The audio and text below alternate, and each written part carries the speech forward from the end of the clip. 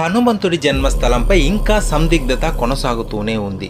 7 కొండల్లో ఒకటైన అంజనా పర్వతంపైనే హనుమంతుడు అంజనాదేవికి జన్మించాడని, ఈ తిరుమలగిరుల్లోనే సంచరించాడని, ఇక్కడ జపాలి తీర్థం దగ్గరే తపస్సు చేశాడని టీటీడీ దేవస్థానం ఆంజనేయుని జన్మస్థలం తిరుమల అని డిక్లేర్ చేసింది. కాగా వాల్మీకి రామాయణంలో హనుమంతుడు కిష్కింధలో జన్మించాడని ఉంది. కిష్కింధనే ఇప్పుడు హంపి అంటున్నారు. కర్ణాటక రాష్ట్రంలో ఉంది ఇది.